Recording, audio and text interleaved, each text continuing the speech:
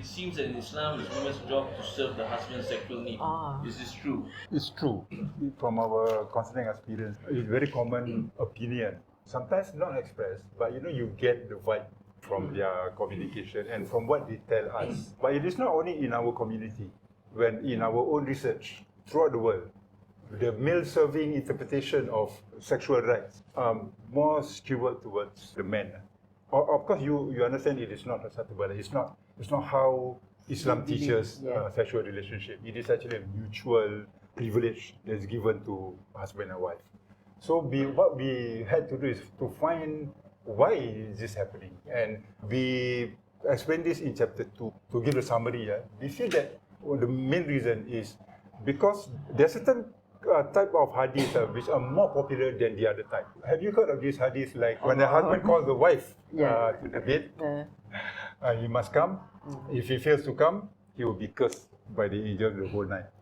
Have you heard of this? Another one says when a husband calls the wife must come even if she is at the oven. That means busy with cooking. And then the other one is even if she's riding a camel. So all this kind of hadith, it shows, you cannot argue, that it shows that when the husband wants, the wife must come. So we feel that this is the reason why the perception in the community is that the husband's sexual need is more important than the woman. In this book, I think, I dare say, is probably about the first time that we introduce this concept, that these sayings of the Prophet are not only this. When we study all the collection of hadith concerning sex, we find that there are basically 3 types of hadith. These hadith are actually the hadith that are directed to women. Women must do this.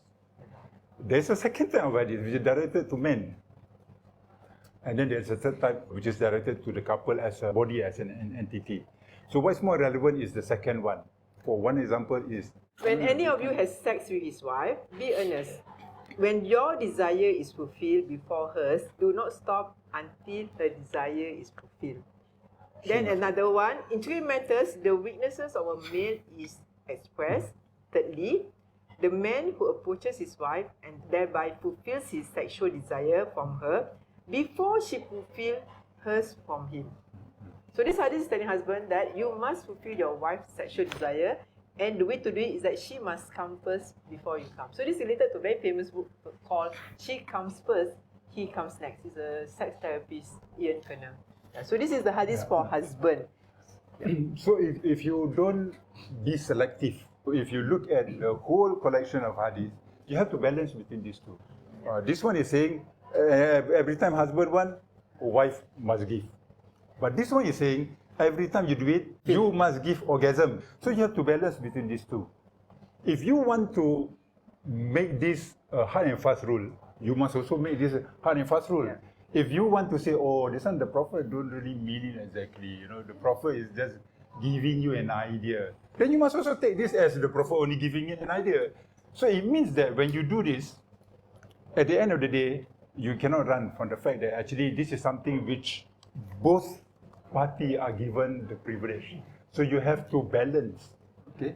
Therefore, I'll give you an example. The Prophet says, every time you make love, you must satisfy her. It is a scientific fact that if she is not interested in you, you cannot even start her excitement. Don't talk about orgasm. Right. So if you call your wife riding camel, there is such a thing, wife riding camel, come here, I want it. Wife fed up. Do you think wife can orgasm? Wife cannot even be excited. Okay? And this is not just our theory. By today, there's sex therapy called Ian Kerner. He explained this is the nature, the difference between female desire and male desire.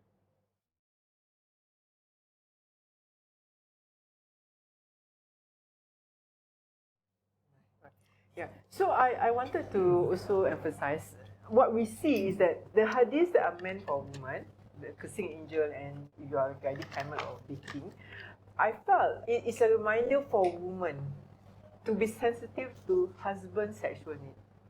Because their sexual need is 2 ways. You may be happily cooking, then suddenly, she saw that, you're not wearing a bra or whatever, he gets excited. we are not excited to see them without clothes forever. But you know, they have a lot. They're very turned on. So it's to be sensitive to their need and to attend to. It's a reminder for women to take care, not for men to use it to charge you and say, see, you want to be here Saturday morning. It doesn't work because sexual relationship is like she must be happy with you, and it's like a gift that woman gives to husband. The hadith for men is actually for you to be reminded that women's sexual needs are complex.